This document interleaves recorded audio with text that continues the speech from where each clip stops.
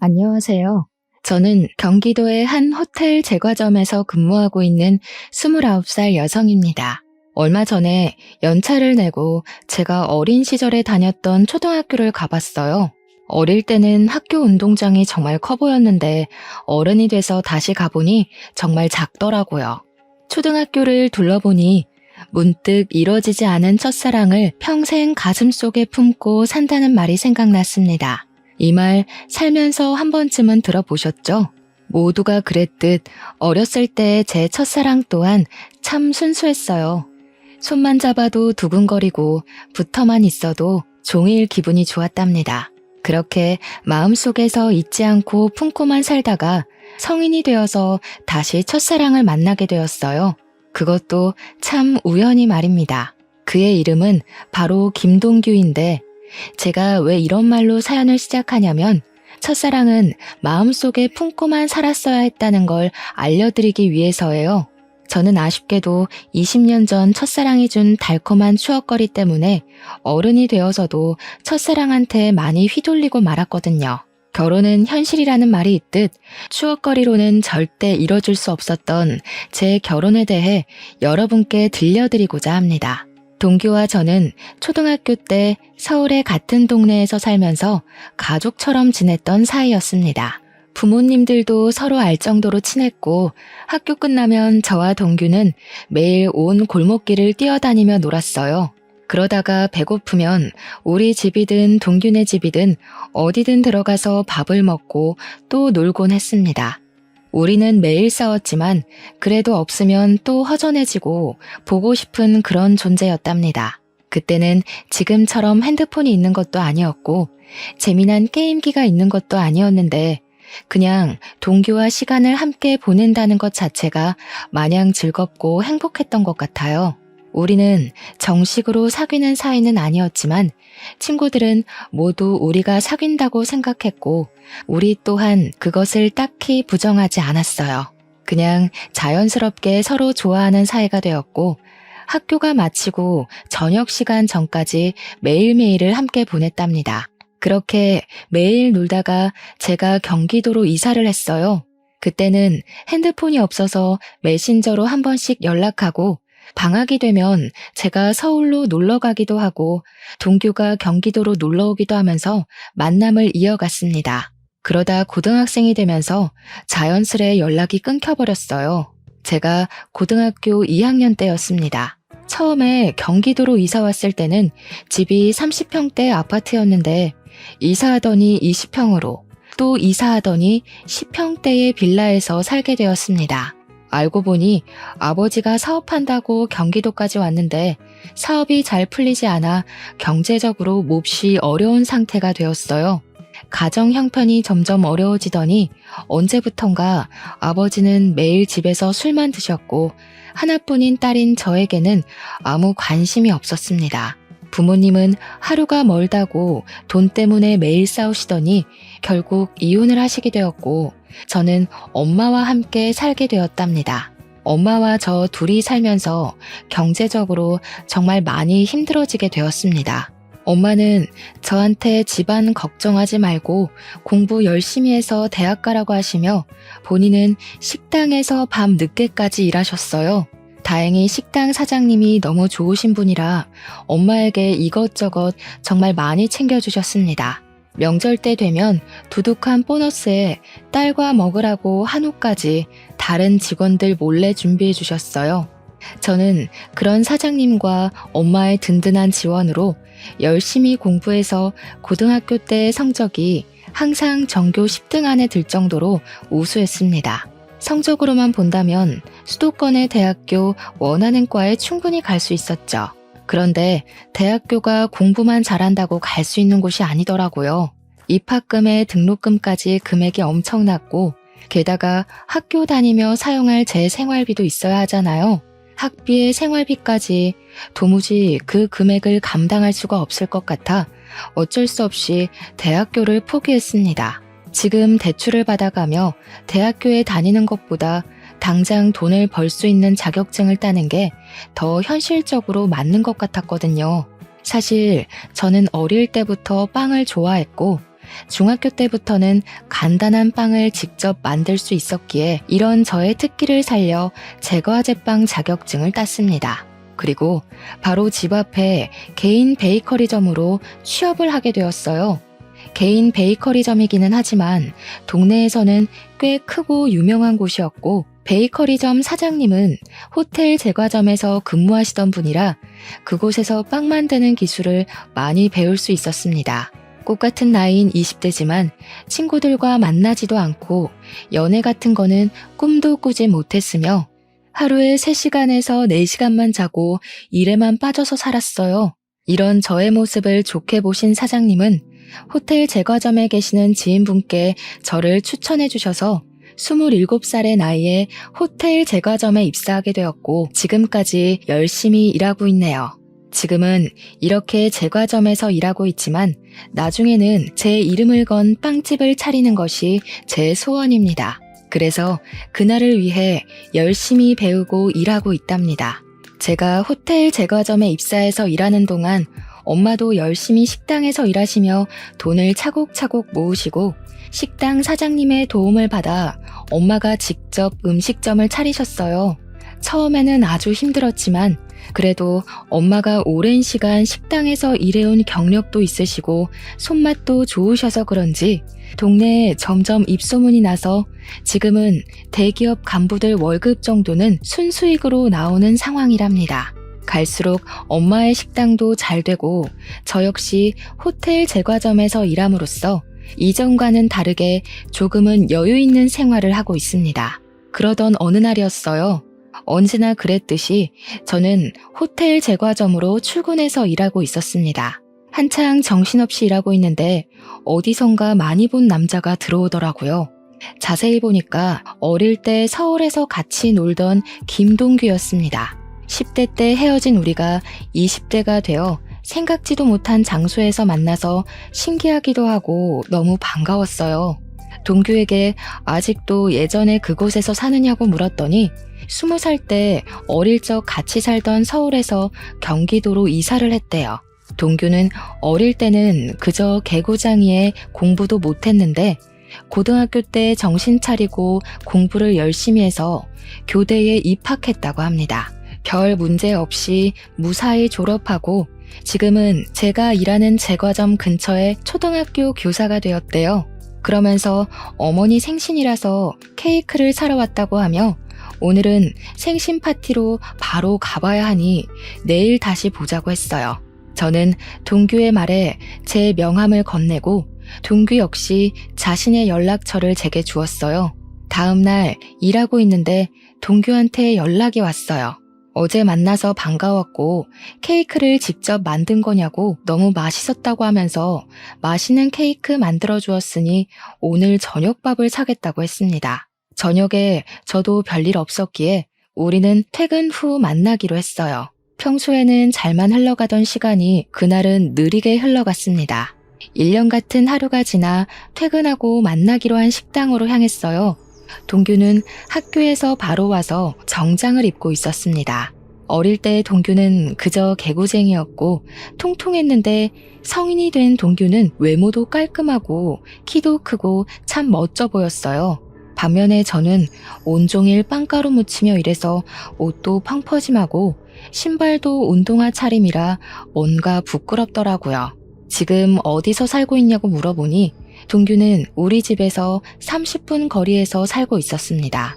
그날 우리는 간단히 맥주를 한잔하며 그동안 살아온 이야기를 했어요.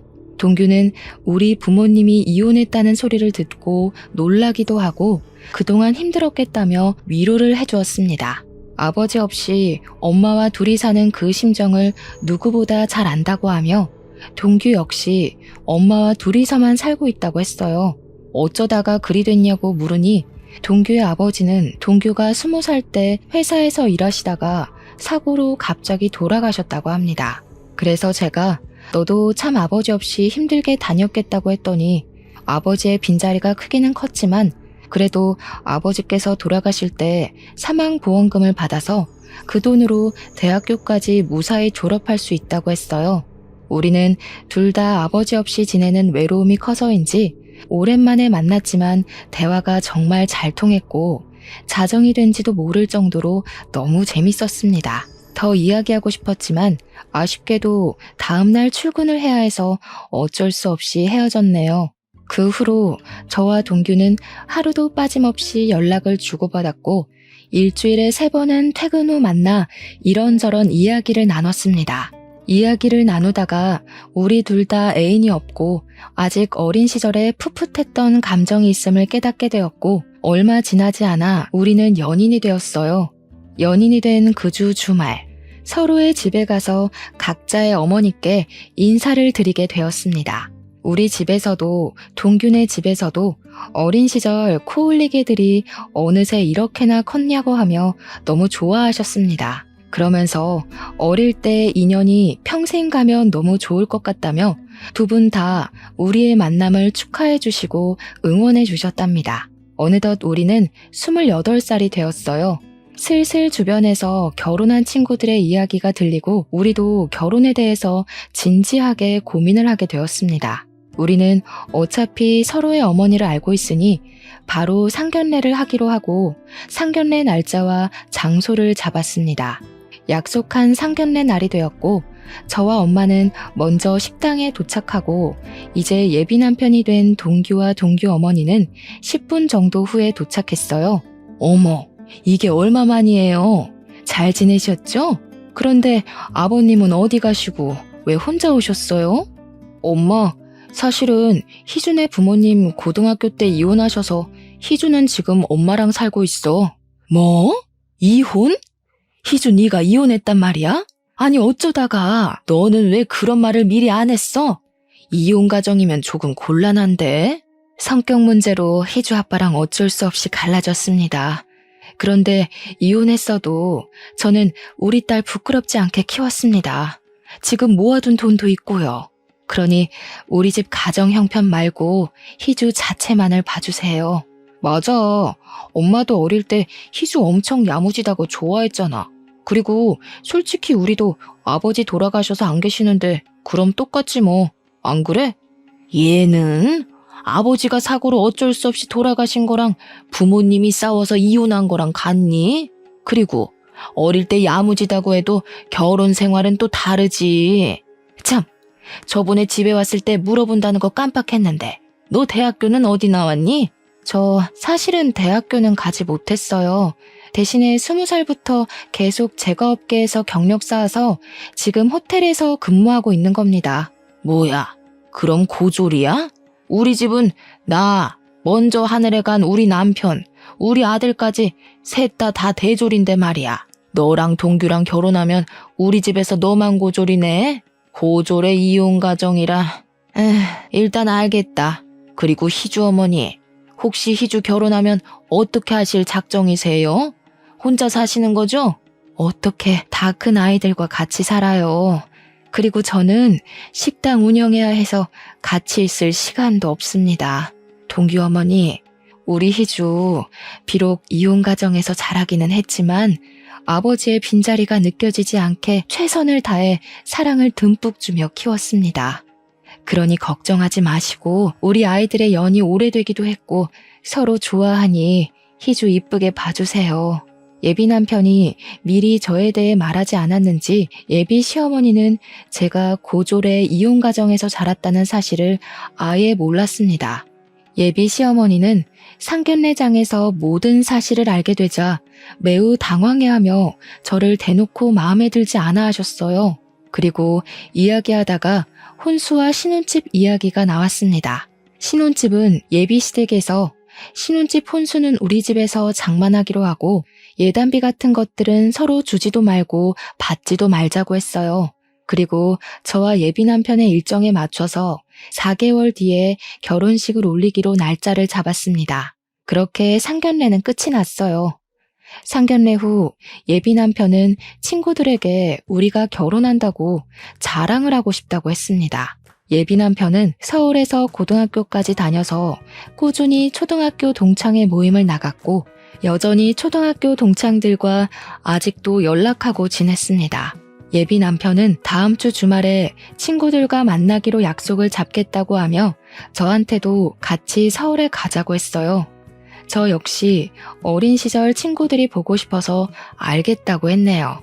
약속한 다음 주 주말. 설레는 마음으로 초등학교 친구들을 보러 갔어요. 중학교 이후로는 처음 보는 친구들이 저를 보며 너무 반가워해주고 저도 어린 시절의 그 모습 그대로 있는 친구들을 보니 신기하고 마냥 좋았습니다. 친구들은 우리가 결혼을 한다니 어릴 때 그렇게 손잡고 다니더니 결혼까지 하냐며 진심으로 축하해 주었어요.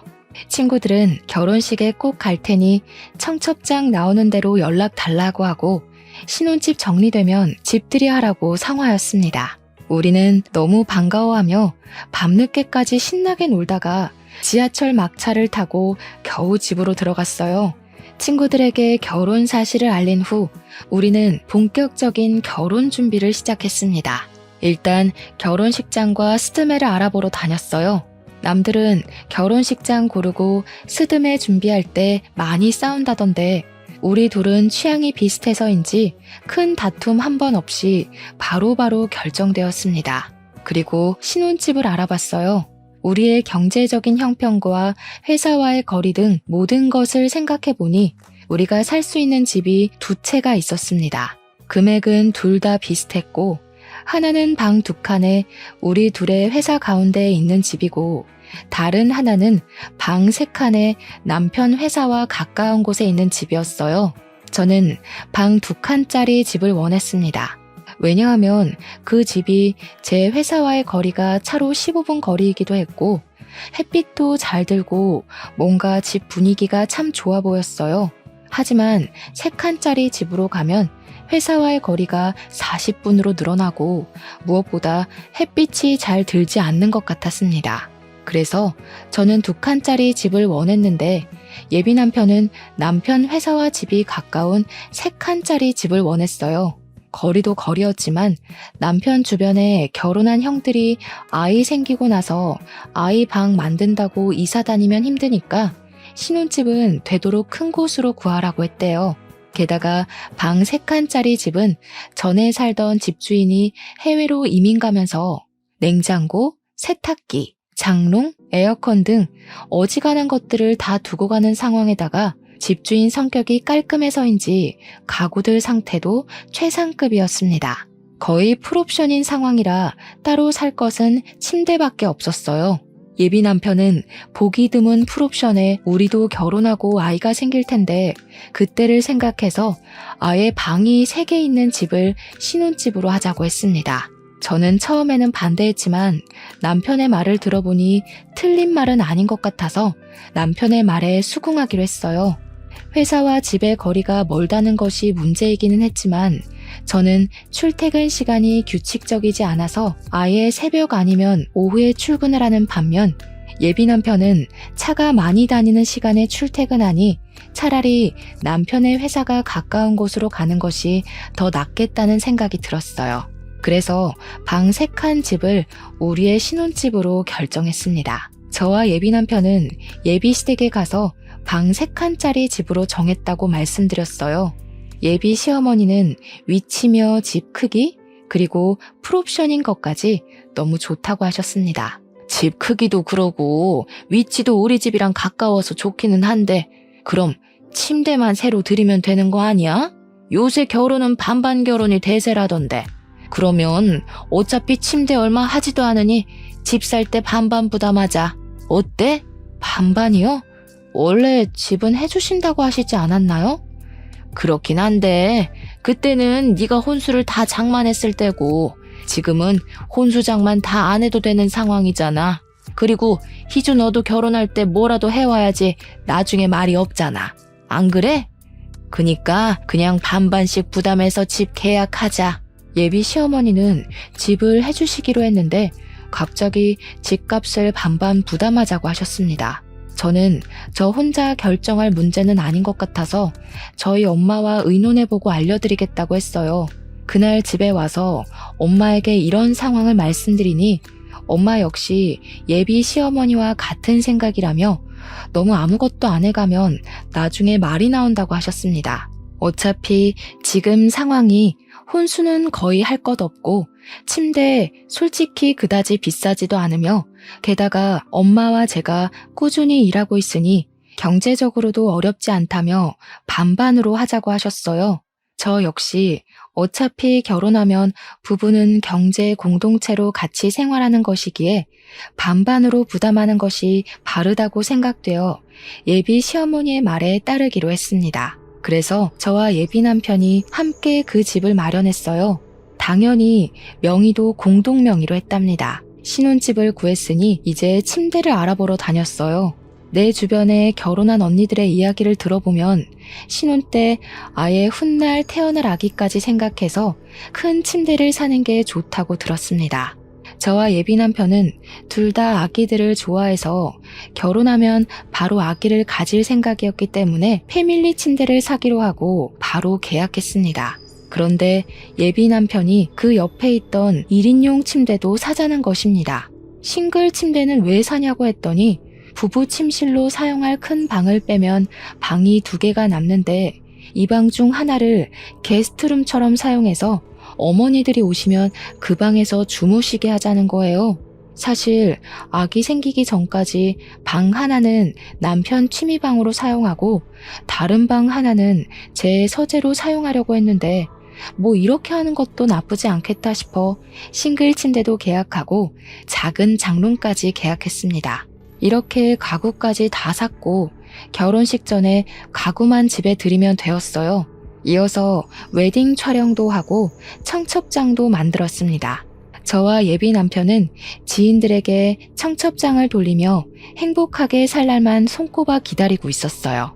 그러던 어느 날 일하고 있는데 예비 시어머니한테 전화가 왔습니다. 지금 제가 일하는 곳 근처에 볼 일이 있어서 왔는데 잠깐 나올 수 있냐는 거예요. 마침 한가한 시간이라 잠깐 시간이 될 것 같아 30분 정도는 여유 있으니 가겠다고 했습니다. 예비 시어머니는 호텔 안에 카페에 있을 테니 그곳으로 오라고 하셨어요. 점장님께 말씀드리고 카페에 가보니 예비 시어머니가 앉아있고 저를 보더니 반가워하셨습니다. 지나가는 길에 잠깐 얼굴 보고 싶어서 들렀다며 결혼 준비하느라 바쁠 텐데 신경을 많이 못 써줘서 미안하다고 하셨어요. 그래도 둘이 참 기특하네. 이렇게 알아서 준비를 척척하고 말이야. 사실 오늘 내가 부탁이 하나 있어서 잠깐 보자고 했어. 내가 피부가 좀 예민해서 실크 이불 아니면 잠을 못 자. 그리고 허리도 좋지 않아서 침대 매트리스도 저렴한 거 쓰면 못 잔단다. 그 점 염두에 두고 침대 주문하라고 부른 거야. 네? 갑자기 그건 무슨 소리예요? 어머니, 이불이랑 침대도 사야 하는 거였어요? 얘는 너희 신혼집에서 나랑 같이 살기로 했잖아. 그래서 작은 방에 내 침대랑 장롱 드린다며. 그 방이 내 방이라고 해서 나 너희 결혼 날짜에 맞춰서 집도 내놨어. 저 그런 얘기 한 적도 없고 동규한테 들은 적도 없는데요? 잘못 알고 계신 거 아니에요? 상견례 끝나고 같이 살기로 말 다 됐다고 하던데 동규가 아직 말하지 않았나 보네. 그리고 너 남편 될 사람한테 동규가 뭐니 동규가. 결혼하면 남편은 서방님이라고 쓰는 거야. 되도록 존칭도 쓰고 알겠니? 아무튼 너희 둘 다 계속 일하느라 바쁘기도 했고 특히 너는 고졸의 부모님도 이혼하셔서 집안 살림이나 집안 어른에 대한 예절을 뭐 제대로 배우기라도 했겠니? 그래서 내가 너랑 같이 살면서 너한테 살림도 가르쳐주고 음식도 가르쳐주고 할 거다. 알겠니? 저는 여기서 일하고 있는데 제가 어떻게 살림을 해요. 게다가 요새는 굳이 직접 살림하지 않아도 청소는 로봇 청소기가 하고 믿을 만한 반찬 가게도 많이 있어요. 음식도 거기서 사 먹으면 훨씬 더 저렴하고 좋아요. 이거 아주 무식한 소리라네. 이래서 여자들도 다 대학을 나와야 하고 자라는 환경을 다 봐야 한다니까. 이렇게 나이 먹은 나도 대학교를 나왔는데 너는 대학교도 안 나오고 도대체 뭐 했니? 아유, 답답해. 예. 대학교가 공부만 하는 곳이 아니야. 사회생활도 배우고 인성도 배우고 하는 곳이란다. 알겠니? 그리고 고졸 출신인 네가 대졸 출신인 시어머니와 교사인 남편 어디 가서 구할 수나 있겠니? 고졸 출신들은 대졸 출신을 무조건 따라야 해. 그니까 잔말 말고 내가 하자는 대로 해. 결혼하면 즉시 여기 관두고 딱 집에 붙어서 살림만 해. 알겠지? 죄송하지만 저도 여기서 일하면서 얻는 성취감도 있고 제 꿈도 있습니다. 그래서 전 이 일 절대 포기 못해요. 그리고 지금 일하러 들어가 봐야 할 것 같아요. 이 얘기는 못 들은 걸로 하겠습니다. 뭘 못 들은 거로 해? 오늘은 일찍 퇴근하는 날이지? 퇴근하고 동규랑 우리 집으로 와라. 내가 동규한테 말해놓으마. 알겠니? 저는 더 이야기하고 아닌 건 아닌 거라고 말하고 싶었지만 점장님이 빨리 들어오라고 전화가 와서 바로 들어가 봐야만 했습니다. 시어머니와 이야기하니 싱숭생숭했어요. 저는 예비 남편과 저 단둘이서만 살기를 바랐습니다. 솔직히 결혼하는 모든 신혼부부가 다들 그러지 않겠어요? 물론 저는 예비 시어머니와 아주 친했던 사이긴 했지만 아무리 그래도 어떻게 결혼하자마자 시어머니를 모시고 삽니까? 게다가 제가 집에만 있는 사람도 아니고 저는 일을 하고 이 일로 반드시 이루고 싶은 꿈도 있는데 그 모든 것을 다 포기하고 집에만 있으라니 말이 되지 않았습니다. 저는 일단 이따가 퇴근하고 예비 남편을 만나 이게 어찌된 상황인지 물어보기로 했어요. 터벅터벅 다시 저의 일터로 가려는데 호텔 카페 사장님이 저를 부르셨습니다. 카페 사장님은 호텔에서 오며 가며 친해진 사이예요. 사장님은 저만 보면 꼭 딸 같다며 저에게 커피 한 잔씩 꼭 타주시고는 하셨습니다. 사장님은 예비 시어머니를 가리키시면서 누구냐고 물으셨어요.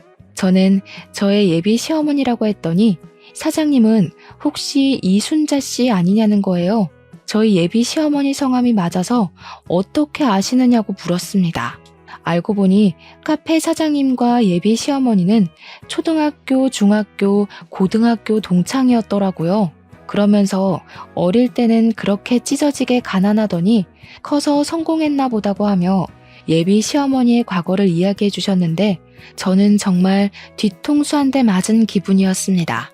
예비 시어머니는 어릴 때 찢어지게 가난했고 예비 시어머니의 부모님은 시장 구석에서 선짓국밥을 하셨다고 합니다. 그런데 예비 시어머니 아버지가 알코올 중독자에 도박하셔서 어머니가 국밥집으로 돈을 벌면 아버지가 그 돈을 다 밖에서 쓰고 왔다고 해요. 만약 어머니가 아버지한테 돈을 주시지 않으면 아버지는 시장에서 소리 지르고 다 뒤집어 엎고 난리가 났다고 합니다. 그래서 경찰서 유치장에 여러 번 왔다 갔다 하셨고 그게 몇 년째 반복되다가 너무 힘들어서 결국 이혼을 하셨대요. 그 후로도 찢어지게 가난했고 어머니는 고등학교 중퇴 후 잠적을 했다는 거예요. 분명히 저한테는 방금 어머니가 대학교에 나오셨다고 하셨는데 사장님은 고등학교를 중퇴하셨다고 하니 이게 무슨 소리인가 싶었습니다. 카페 사장님께 그럼 어머니가 대학교는 다니셨냐고 했더니 고등학교 졸업도 못했는데 대학교에 어떻게 가냐고 하셨어요. 아마 돈이 없어서 대학교 구경도 못했을 거라고 했네요. 그렇게 힘들게 살던 사람이 여기 호텔 카페도 다오고 정말 성공했나 보다고 했습니다. 카페 사장님의 말씀을 정리해보면 예비 시어머니는 저처럼 이혼 가정에 찢어지게 가난하게 자라서 대학교 입학조차 하지 않았던 것입니다. 그러면서 저한테는 이혼 가정에서 자랐고 제가 고졸 출신이라고 그렇게 무시를 했던 거였어요.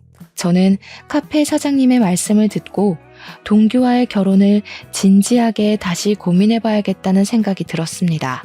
저와 아무 상의 없이 시어머니가 우리 신혼집에 사신다는 것도 황당한데 시어머니는 본인이 이혼 가정의 고졸 출신이면서 저를 그렇게 무시하신 것이잖아요.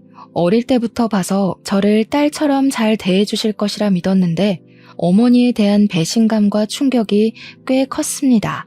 이날은 정말 무슨 정신으로 일했는지 모르겠네요. 넋이 나가서 일한 후 퇴근 시간이 되어 예비 남편이 호텔 앞으로 왔어요. 저는 예비 남편의 차를 타고 예비 시댁으로 향했습니다. 예비 남편의 차에서 어머니께서 우리와 같이 사는 것으로 알고 계시던데 어찌 된 거냐고 물었어요.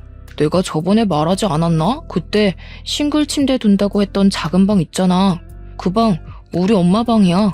엄마랑 같이 살면 좋지 뭐. 솔직히 너도 일하고 나도 일해서 집안 청소해줄 사람도 없는데 엄마가 집안일도 좀 봐주고 그러다 아기 생기면 아이도 좀 봐주시고 하면 좋지. 안 그래? 다른 문제도 아니고 어머니와 같이 사는 문제를 왜 나한테 의논 하나 없이 그렇게 막무가내로 진행해? 그게 너랑 의논까지 할 문제야? 어차피 너도 우리 엄마 불편하게 생각하지 않잖아. 그리고 너랑 우리 엄마 사이가 보통의 고부 사이야? 우리 초등학교 때 생각 안 나? 너 뛰어놀다가 흙 묻고 넘어져서 오면 너 씻겨주기까지 했는데 같이 사는 게 뭔 문제야? 그냥 엄마처럼 생각해. 그리고 나 결혼하면 엄마 이제 혼자 사시는데 어떻게 따로 살아? 내가 유일한 아들인데. 그럼 우리 엄마도 같이 살아. 우리 엄마도 이혼하시고 혼자잖아. 나도 엄마의 유일한 딸이니까 그래도 되는 거지? 방 3개니까 한 개는 우리 쓰고 작은 방 2개 중에 하나는 우리 엄마, 다른 하나는 너희 엄마 쓰시게 하면 되겠네. 뭐? 어떻게 사돈이 같이 한 지붕에서 사냐? 듣기만 해도 세상 불편하네. 너네 엄마는 우리 집에서 살아도 되고 우리 엄마는 우리 집에서 살면 안 되냐? 게다가 이 집이 너 혼자 마련했어? 나도 절반은 마련했어. 그리고 집에 들어간 침대, 장롱은 다 내가 산 거 알지? 이 집에 대한 지분 나도 적어도 절반은 있어. 그니까 너네 엄마 모시고 살려면 우리 엄마도 모시고 살아. 저와 예비 남편은 예비 시댁으로 가는 길 내내 싸웠습니다. 그렇게 서먹해진 채로 예비 시댁에 들어갔어요. 예비 시어머니는 소파에서 팔짱을 딱 꼬고 화가 잔뜩 난 채로 앉아 계셨습니다. 그리고 예비 시어머니 앞에는 종이 한 장이 놓여 있었어요. 종이에는 제가 결혼하면 같이 살면서 해야 할 일이 적혀 있었습니다. 예비 시어머니는 제가 오자마자 저한테 종이를 던지셨어요. 내용을 보니 예비 남편 집의 제삿날 친척들의 생신이 쭉 적혀 있더라고요. 봤니?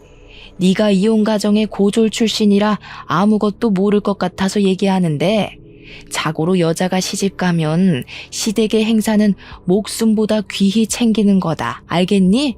그리고 조금 있으면 명절이지? 명절날에는 친정에 갈 생각 추호도 하지 말아라. 출가 외인이라고 들어봤지? 고졸 출신이라 모르나? 시집간 딸은 남이라는 뜻이야. 이제 친정은 못 가. 그리고 만약에 내가 아프면 나 요양원에 보낼 생각하지 말고 평생 네가 날 돌봐야 한다. 그게 며느리고 여자야. 알겠니? 글쎄요, 이건 아닌 것 같은데요. 옛날에야 남자가 집도 해주고 경제적으로 도움을 주니까 그렇게 살아왔지만 이제 시대가 변했어요. 여자도 같이 일하고 집도 같이 준비해오는 마당에 왜 여자라는 이유로 이렇게까지 해야 하죠?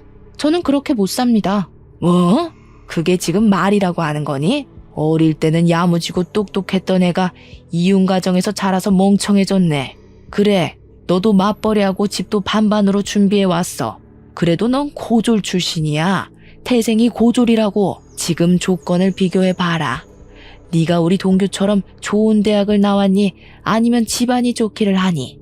고졸 출신의 이혼 가정에서 자란 너 따위가 대졸 출신인 시어머니와 교사인 우리 동규 같은 좋은 신랑감 어디 구할 수 있을 것 같아? 그니까 잔말 말고 고졸 출신인 너는 대졸 출신인 내 말을 무조건 따라야 해. 결혼하면 같이 살고 너는 회사 관두고 집에서 나한테 집안일 배워라. 알겠니? 자꾸 저한테 저는 고졸 출신이고 어머니는 대졸 출신이시니 어머니의 말씀을 따르라고 하시는데 어머니, 대학교 졸업장 한번 보여주실 수 있으세요? 저 어머니 대학교 나왔다고 말만 들었지 증거는 하나도 못 봐서요. 졸업장이 없다면 졸업 사진이라든가 아무튼 뭐든 좋으니 대학교 나오신 증거물 하나만 보여주세요. 뭐라고? 내가 방금 막 대학을 졸업한 것도 아니고 몇십 년 전인데 그런 증거물이 어디 있겠니? 그냥 어른이 나왔다고 하면 그런가 보다 하면 되지. 무슨 증거를 찾고 난리야?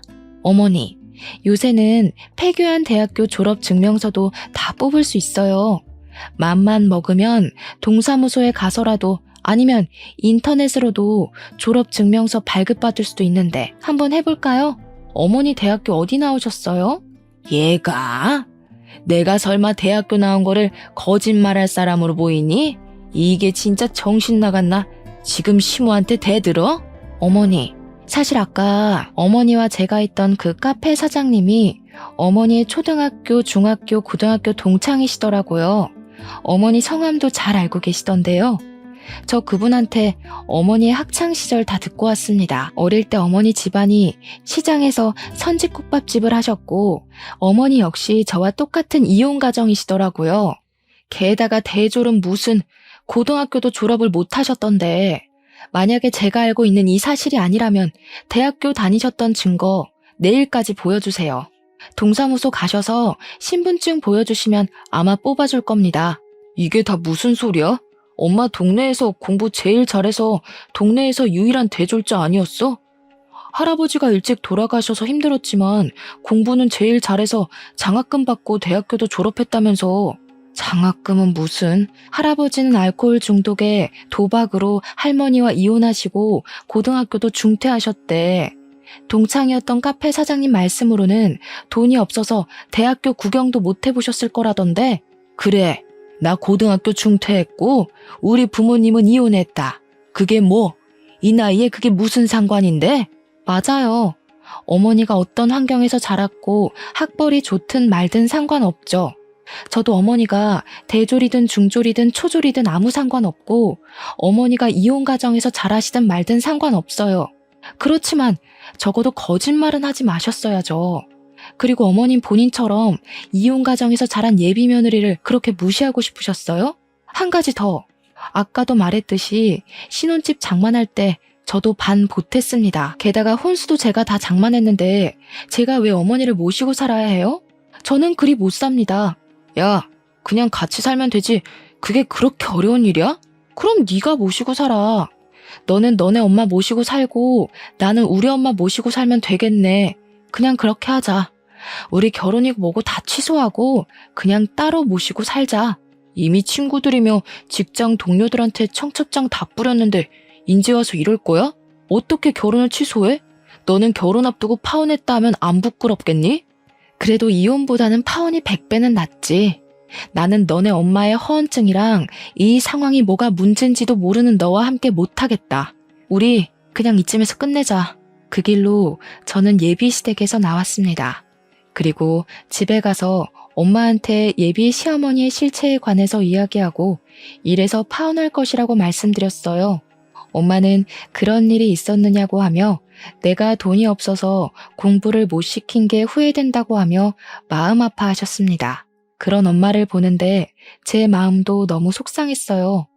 엄마는 더 좋은 인연이 있을 테니 지금은 마음 정리 잘하라고 하셨습니다. 다음 날, 그날은 제가 쉬는 날이라 엄마 가게에서 엄마를 도와주고 있었어요. 같이 채소를 다듬고 있는데 예비 시어머니와 예비 남편이 들어왔습니다.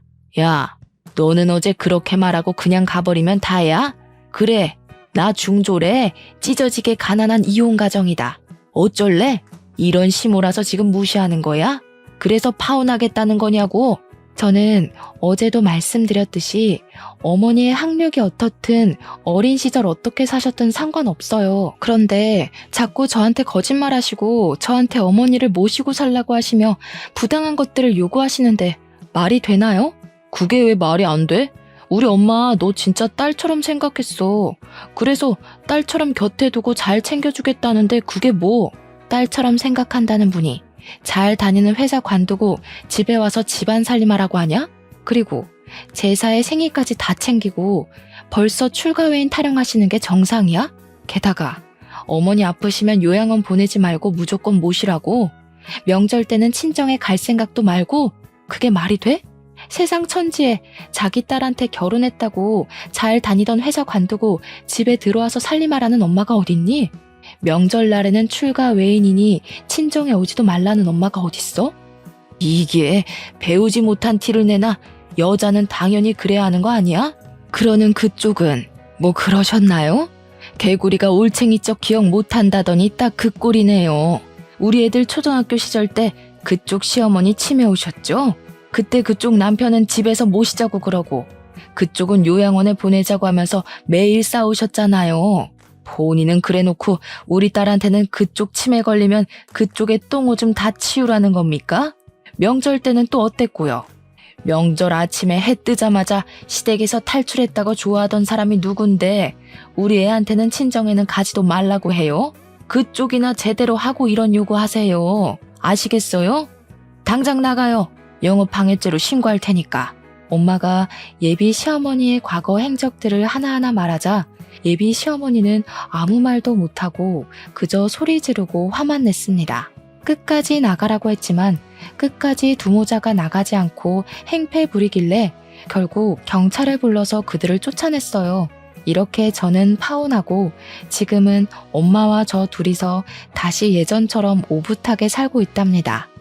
예식장과 신혼집, 가구 등을 다 취소하면서 위약금을 많이 물기는 했지만 인생 공부했다 생각하고 있어요.